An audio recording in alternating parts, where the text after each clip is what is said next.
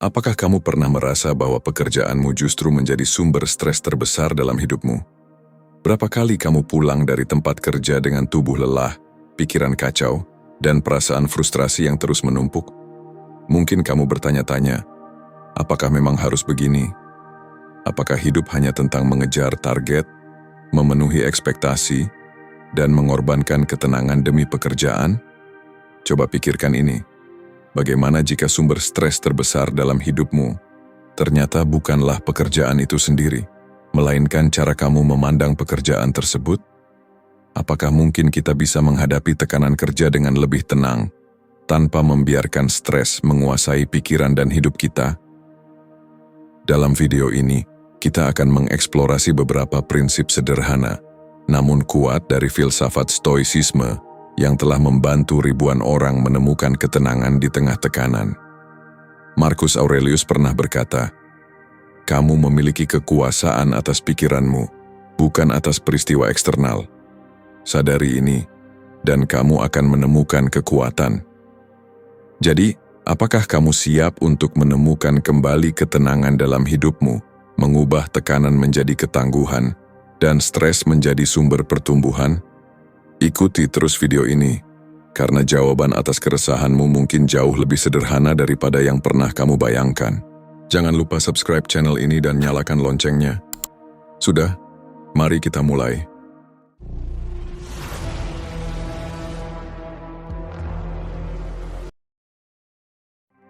Prinsip pertama dalam stoikisme, membedakan antara yang bisa dan tidak bisa dikendalikan. Dalam kehidupan kita, terutama dalam dunia pekerjaan, seringkali muncul perasaan bahwa kita berada di bawah tekanan besar, seperti sedang terjebak dalam badai yang tak kunjung berhenti. Kita merasa kewalahan oleh keputusan atasan yang mendadak berubah, tuntutan pasar yang terus bergeser tanpa peringatan, atau situasi yang datang begitu saja tanpa bisa kita prediksi sebelumnya. Kita bertanya-tanya, mengapa begitu banyak hal terasa berada di luar kendali kita? Filsafat stoicisme menawarkan pemahaman mendalam mengenai situasi ini melalui prinsip utamanya, yaitu kemampuan membedakan apa yang bisa dan tidak bisa kita kendalikan. Menurut Epictetus, seorang filsuf stoik terkenal, yang mengganggu manusia bukanlah hal-hal itu sendiri, tetapi pandangan mereka tentang hal-hal tersebut. Ketika kita menyadari bahwa banyak aspek dari pekerjaan dan kehidupan kita, seperti keputusan atasan atau kondisi pasar, berada di luar kendali, maka kita mulai membangun perspektif yang lebih tenang dan realistis. Bayangkan kehidupan pekerjaanmu sebagai samudera luas. Banyak gelombang yang datang silih berganti di luar kendali kita. Kita tidak bisa menghentikan gelombang tersebut, namun kita dapat memilih bagaimana menghadapi dan meresponnya. Inilah esensi dari praktik membedakan dalam stoicisme. Fokuskan perhatianmu pada kualitas pekerjaan yang kamu lakukan, kemampuanmu berkomunikasi secara efektif dengan tim atau pelanggan, dan dedikasimu dalam menyelesaikan tugas-tugas dengan penuh integritas. Dengan berfokus pada hal-hal ini, kita menciptakan ruang kendali di tengah ketidakpastian yang melingkupi kita. Marcus Aurelius pernah berkata, "Kamu memiliki kekuatan atas pikiranmu, bukan atas kejadian eksternal. Sadari ini, dan kamu akan menemukan kekuatan sejati." Memahami prinsip ini dapat secara drastis mengurangi beban mental yang kita rasakan. Saat kita memilih untuk tidak lagi menghabiskan energi dan pikiran kita pada hal-hal yang tidak bisa dikontrol, maka beban mental yang selama ini terasa berat akan perlahan hilang. Kita berhenti merasa terjebak dan mulai merasa bebas dalam pikiran kita sendiri. Coba pikirkan kembali. Apakah selama ini kamu terus-menerus merasa stres karena terlalu sibuk memikirkan hal-hal yang sebenarnya tidak bisa kamu ubah? Mungkin selama ini, kita semua sibuk bertarung melawan bayangan yang tak pernah benar-benar bisa kita sentuh. Dengan mempraktikkan prinsip membedakan ini, kita menghentikan pertarungan sia-sia itu dan mulai bergerak maju dengan lebih bijaksana. Penelitian pun mendukung gagasan ini. Menurut Dr. William B. Irvine, seorang pakar stoicisme modern, penerapan prinsip ini membantu seseorang secara signifikan dalam mengurangi tingkat stres dan kecemasan, serta meningkatkan ketahanan mental dalam menghadapi situasi yang penuh tekanan. Dalam keheningan batin kita akan menemukan jawaban bahwa ketenangan sejati berasal dari penerimaan, bahwa hidup bukan tentang mengendalikan semua hal, melainkan tentang bagaimana kita merespons terhadap apa yang ada di luar kendali kita. Praktik membedakan antara yang bisa dan tidak bisa dikendalikan, inilah yang memberikan kita kekuatan sejati untuk menghadapi setiap tantangan pekerjaan dengan ketenangan hati, menjadikan kita tidak lagi korban keadaan, melainkan pelaku aktif dalam kehidupan kita sendiri. Prinsip kedua, fokus pada tindakan, bukan hasil. Kita sering merasa tertekan oleh hasil yang kita kejar. Dalam pekerjaan, kehidupan pribadi, dan semua aspek lainnya, kita berusaha mencapai sesuatu, namun hasilnya seringkali tidak sesuai harapan. Stoikisme mengajarkan kita bahwa hasil akhir seringkali bergantung pada faktor eksternal yang berada di luar kendali kita. Oleh karena itu, kita perlu mengalihkan fokus kita dari hasil tersebut dan berfokus pada tindakan yang bisa kita kendalikan. Seneca, seorang filsuf Stoik, mengingatkan kita dengan kata-katanya yang bijak. Kita tidak dapat mengendalikan hasil, namun kita dapat mengendalikan usaha yang kita berikan. Ini adalah inti ajaran Stoik. Hasil pekerjaan, keputusan orang lain, atau perubahan pasar, semua itu berada di luar kendali kita. Meskipun kita bekerja keras, kita tidak selalu bisa memprediksi bagaimana hal-hal ini akan berkembang. Namun, ada satu hal yang selalu bisa kita kontrol, kualitas tindakan kita. Fokuslah pada usaha yang konsisten dan berkualitas, tanpa terjebak dalam kecemasan tentang hasilnya. Marcus Aurelius, kaisar Romawi dan filsuf Stoik, pernah berkata, "Berikan yang terbaik, lalu biarkan hasilnya berjalan sesuai takdir." Kita hanya bisa bertanggung jawab atas upaya yang kita lakukan, bukan pada outcome yang terkadang di luar kuasa kita. Bayangkan jika kita terus-menerus terobsesi dengan hasil yang tidak pasti. Kita akan hidup dalam ketakutan akan kegagalan dan merasa kecewa ketika hasilnya tidak sesuai ekspektasi. Stoikisme mengajarkan kita untuk melepaskan diri dari ketergantungan pada hasil tersebut. Sebaliknya, kita perlu merasa puas dengan usaha terbaik yang sudah kita berikan, apapun yang terjadi setelahnya.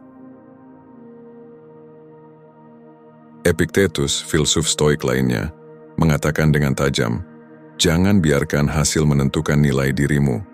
Nilai dirimu hanya ditentukan oleh apa yang kamu lakukan." Mengingat hal ini, kita bisa meredakan kecemasan yang datang dari target yang harus dicapai. Hasil adalah urusan yang tidak selalu dapat kita kendalikan, tetapi kualitas usaha yang kita lakukan adalah sesuatu yang bisa kita kontrol dengan sepenuh hati.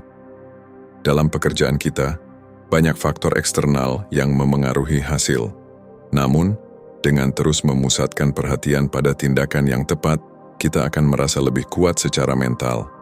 Ketika kita berhenti memikirkan hasil yang tidak pasti, kita bisa menjalani hari-hari kita dengan lebih tenang dan lebih fokus.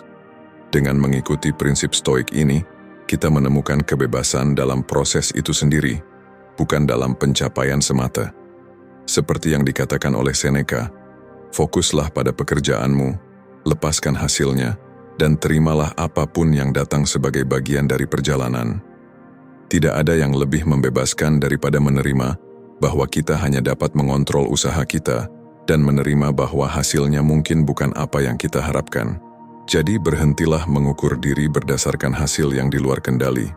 Fokuslah pada apa yang dapat kamu lakukan, berikan usaha terbaik, dan biarkan takdir menentukan sisanya.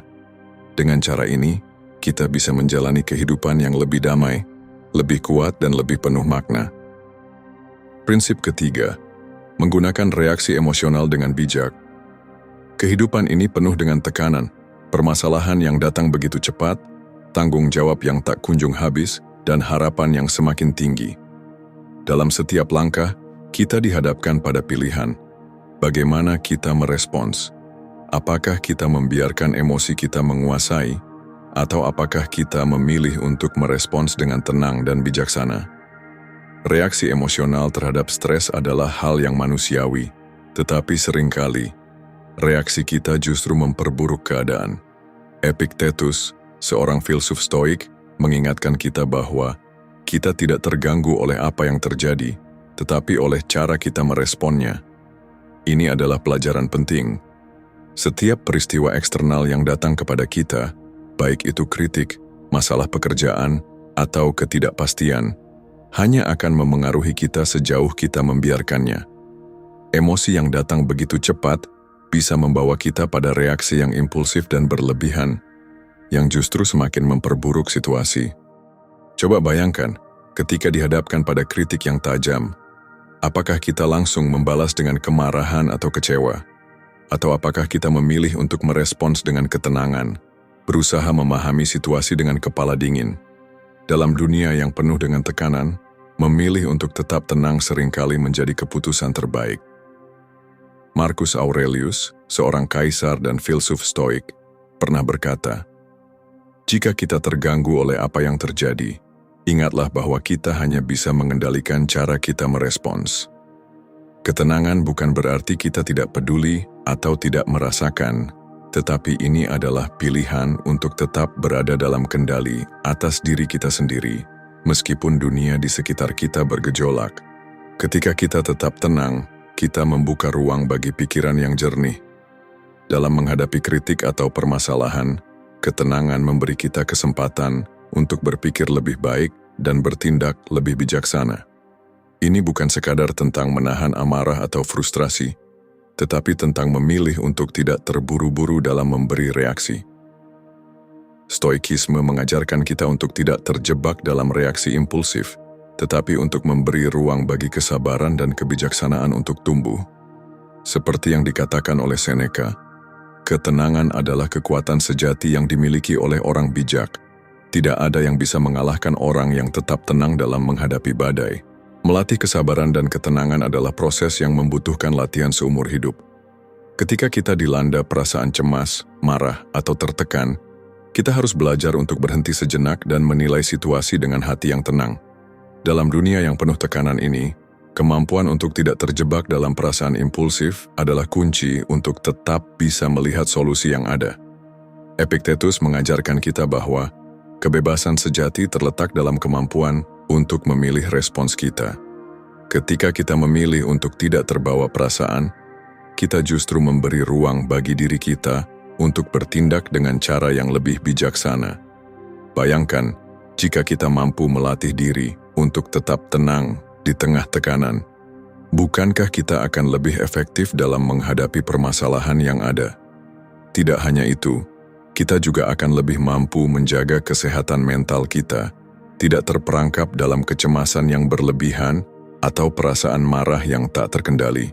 Melatih ketenangan adalah langkah pertama untuk menemukan kebebasan batin yang sejati, kebebasan yang memungkinkan kita untuk merespons dengan bijaksana, tanpa terbebani oleh reaksi emosional yang berlebihan. Setiap tantangan yang datang adalah ujian, namun Stoikisme mengajarkan kita untuk menghadapi ujian itu dengan ketenangan. Seperti kata Epictetus, hanya kita yang bisa memilih bagaimana kita merespons, dan itu adalah kebebasan yang tak terbatas. Ketika kita melatih diri untuk tetap tenang, kita memperoleh kendali yang sejati atas hidup kita, dan dengan itu, kita memperoleh kekuatan untuk mengatasi apapun yang datang di hadapan kita. Prinsip keempat, menggunakan reaksi emosional dengan bijak. Dalam perjalanan karier, kita semua akan merasakan betapa tak menentunya dunia pekerjaan. Ketidakpastian menjadi teman yang tak terhindarkan. Organisasi berubah, proyek yang kita perjuangkan bisa gagal, dan keputusan yang datang dari pihak luar seringkali menabrak ekspektasi kita. Begitu banyak hal di luar kendali kita, dan kita dipaksa untuk meresponsnya. Dalam situasi seperti ini, reaksi kita terhadap apa yang terjadi menjadi penentu bagaimana kita akan bertahan dan tumbuh. Epictetus, filsuf Stoik, mengatakan, bukan peristiwa yang mengganggu kita, tetapi reaksi kita terhadapnya. Kegagalan adalah bagian yang tak terhindarkan dari pekerjaan kita, terutama bagi kita yang baru memulai perjalanan karier. Ketika proyek yang kita kerjakan gagal, atau keputusan penting yang kita buat tidak sesuai harapan, kita bisa merasa terpuruk, cemas, bahkan hilang arah. Tapi, inilah titik di mana Stoikisme mengajarkan kita untuk mengubah pandangan kita tentang kegagalan. Kegagalan bukanlah akhir dari segalanya. Ini adalah bagian dari pengalaman hidup yang harus kita terima dan hadapi. Marcus Aurelius, kaisar Romawi sekaligus filsuf Stoik, mengajarkan kita untuk melihat setiap kegagalan sebagai kesempatan untuk berkembang.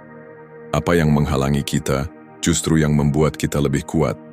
Artinya, setiap kegagalan membawa pelajaran yang berharga. Dalam setiap kesalahan yang kita buat, ada kesempatan untuk memperbaiki diri. Kita bisa memilih untuk terperangkap dalam perasaan negatif, atau kita bisa memilih untuk bangkit, belajar, dan tumbuh dari pengalaman tersebut. Bagi pekerja muda yang baru pertama kali menghadapi ketidakpastian atau kegagalan dalam karier, perasaan takut dan kecewa adalah hal yang wajar. Tetapi kita harus mengingat bahwa kegagalan adalah batu loncatan, bukan halangan. Ketika kita gagal, kita seringkali berpikir bahwa dunia kita telah runtuh, bahwa semuanya telah berakhir. Namun, jika kita bisa mengubah pandangan kita tentang kegagalan, melihatnya bukan sebagai akhir dari perjalanan kita, tetapi sebagai proses belajar yang tidak terhindarkan, maka kita akan lebih mampu bertahan. Seperti yang diajarkan oleh Seneca, kegagalan adalah bagian dari kehidupan. Itu bukan sesuatu yang harus kita hindari, tetapi sesuatu yang harus kita pelajari. Kegagalan bukanlah penghentian, ia adalah pembuka jalan menuju pemahaman yang lebih dalam tentang diri kita dan dunia yang kita hadapi. Setiap kali kita jatuh, kita belajar cara untuk bangkit dengan lebih kuat, lebih bijaksana, dan lebih siap menghadapi tantangan berikutnya. Maka, bagaimana kita memilih untuk merespons kegagalan? Apakah kita menyerah tenggelam dalam kekecewaan, atau kita memilih untuk berdiri kembali dan melihat kegagalan sebagai bagian dari proses yang lebih besar? Stoikisme mengajarkan kita untuk tidak terjebak dalam reaksi emosional yang berlebihan. Kita tidak bisa mengubah kenyataan, tetapi kita bisa memilih cara kita merespons kenyataan tersebut. Ketika kita melihat kegagalan sebagai peluang untuk belajar, kita mengubah perspektif kita dan menemukan kekuatan baru dalam diri kita. Dalam dunia pekerjaan yang penuh ketidakpastian ini, kita harus belajar menerima bahwa tidak semua hal akan berjalan sesuai rencana. Perubahan dalam organisasi, kegagalan proyek, dan keputusan yang tidak terduga adalah bagian dari dinamika kehidupan profesional. Tapi kita memiliki pilihan untuk merespons dengan kebingungan dan kekhawatiran, atau untuk menerima kegagalan sebagai bagian dari perjalanan kita, sebagai pengalaman yang memungkinkan kita untuk tumbuh lebih baik. Dengan melatih diri untuk menerima ketidakpastian ini, kita menemukan cara untuk bertahan dan bahkan berkembang di tengah kesulitan. Kegagalan bukanlah akhir dari cerita kita, itu adalah bagian dari proses panjang yang membentuk siapa kita. Dengan meresponsnya dengan bijaksana, kita akan menemukan bahwa kita tidak hanya mampu bertahan, tetapi juga tumbuh lebih kuat dan lebih bijaksana setiap hari. Prinsip kelima, mengelola waktu dan energi secara bijaksana. Waktu adalah sumber daya yang tak tergantikan. Saat kita berada dalam arus kehidupan yang cepat, seringkali kita terjebak dalam kecepatan itu, terlena oleh suara-suara banyak tugas yang harus kita selesaikan. Kita menjadi lebih sibuk namun kadang merasa tidak produktif. Setiap detik yang berlalu membawa kita lebih dekat ke akhir hidup kita. Namun, bagaimana kita mengelola waktu kita? Apakah kita benar-benar memanfaatkannya dengan bijaksana? Manajemen waktu bukan sekadar tentang mengatur jam atau kalender kita.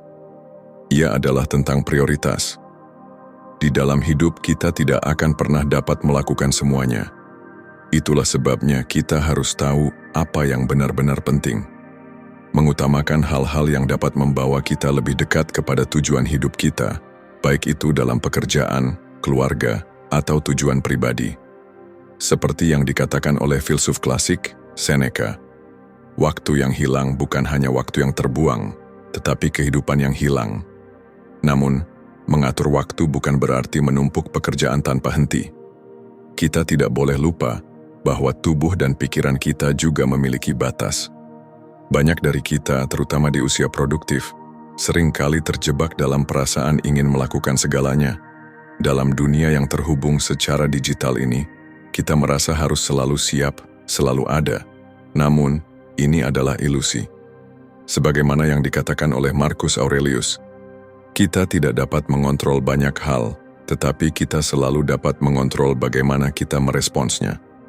Sekarang aku ingin kamu bertanya pada dirimu sendiri, apakah kamu telah memberikan cukup waktu untuk dirimu? Apakah kamu menjaga keseimbangan antara pekerjaan dan istirahat, antara tindakan dan refleksi? Jangan biarkan dunia luar yang sibuk dan penuh tekanan mengendalikan hidupmu. Ingat, hidup yang penuh dengan multitasking seringkali berarti kita tidak memberi perhatian pada apa yang benar-benar penting. Kita sering merasa terjebak dalam perasaan harus terus bergerak, terus bekerja. Namun sejatinya kita hanya bisa bertumbuh dengan memberikan ruang untuk diri kita. Ini adalah prinsip dasar dalam mengelola waktu dan energi. Dengan mengatur waktu dengan bijaksana dan memberi diri kita izin untuk beristirahat dan merefleksikan diri, kita tidak hanya melawan kelelahan, tetapi juga menghargai kehidupan itu sendiri. Sebagaimana yang dikatakan oleh Seneca, tidak ada yang lebih besar dari waktu yang kita gunakan untuk diri kita sendiri. Jadi mari kita mulai. Luangkan waktu untuk merenung, pilih prioritas kita dengan bijaksana, dan jaga keseimbangan antara kerja dan hidup. Hanya dengan cara ini kita bisa benar-benar hidup dengan penuh makna, dalam kesadaran dan dengan kekuatan yang berasal dari tubuh dan pikiran yang sehat. Prinsip keenam dan yang terakhir adalah melakukan refleksi diri untuk pengembangan pribadi. Dalam dunia yang serba cepat ini, kita seringkali terbawa arus. Kita berlari mengejar tujuan yang seolah-olah terus bergerak, tanpa pernah benar-benar berhenti sejenak untuk melihat di mana kita berdiri. Kita berusaha untuk menjadi lebih baik, lebih sukses, tetapi apakah kita tahu bagaimana cara mencapainya? Disitulah refleksi diri masuk. Refleksi diri bukan hanya sekadar melihat kembali apa yang telah kita lakukan, tetapi juga mengerti diri kita lebih dalam, memahami bagaimana kita merespon dunia ini, dan mengetahui apa yang perlu kita perbaiki. Ini adalah perjalanan menuju pengembangan pribadi yang tak pernah selesai.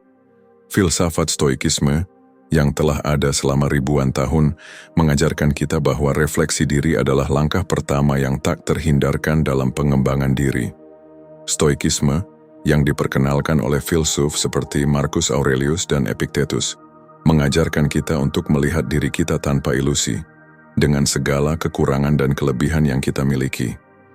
Marcus Aurelius dalam Meditations-nya menulis, sebuah kehidupan yang tidak pernah diperiksa, tidak layak untuk dijalani. Itu adalah seruan untuk berhenti sejenak, merenung, dan melihat dengan mata yang lebih jernih. Tanpa refleksi diri, kita hanyalah pelaku yang terjebak dalam dunia yang tak pernah berhenti bergerak. Melalui refleksi diri, kita bisa memahami lebih dalam apa yang telah kita lakukan dengan baik dan apa yang bisa kita tingkatkan. Ini bukan soal menghakimi diri, melainkan tentang melihat secara jujur bagaimana kita bertindak dalam berbagai situasi. Ketika kita merespon stres atau kesulitan dalam hidup, apakah kita bisa tetap tenang atau kita terbawa emosi? Refleksi diri memungkinkan kita untuk mengenali pola-pola ini dan memberi kesempatan untuk memperbaikinya. Setiap kegagalan, setiap kesalahan adalah pelajaran. Tidak ada kegagalan yang sia-sia jika kita bisa memetik hikmahnya. Fokus pada pengembangan karakter ini adalah inti dari refleksi diri yang sejati. Saat kita mengutamakan karakter, kita mulai mengukur kemajuan kita bukan berdasarkan seberapa banyak yang telah kita capai, tetapi seberapa banyak kita telah tumbuh sebagai pribadi. Kita belajar untuk menghargai proses bukan hanya tujuan. Kita belajar untuk tidak menghakimi diri kita berdasarkan kesalahan, tetapi untuk memandangnya sebagai batu loncatan menuju pembelajaran dan perbaikan. Jadi, refleksi diri bukan sekadar untuk memperbaiki kelemahan, tetapi untuk merayakan perjalanan kita menjadi pribadi yang lebih baik. Ini adalah tentang memahami diri kita dengan cara yang lebih dalam dan lebih jujur. Ketika kita fokus pada karakter kita tidak hanya tumbuh dalam pencapaian, tetapi kita juga berkembang dalam kedamaian batin. Dalam perjalanan ini, kita akan menemukan kekuatan untuk menghadapi tantangan hidup dengan kepala tegak, siap untuk melangkah lebih jauh. Jadi, kita semua tahu bahwa dunia pekerjaan bisa menjadi sumber tekanan yang tak terhindarkan.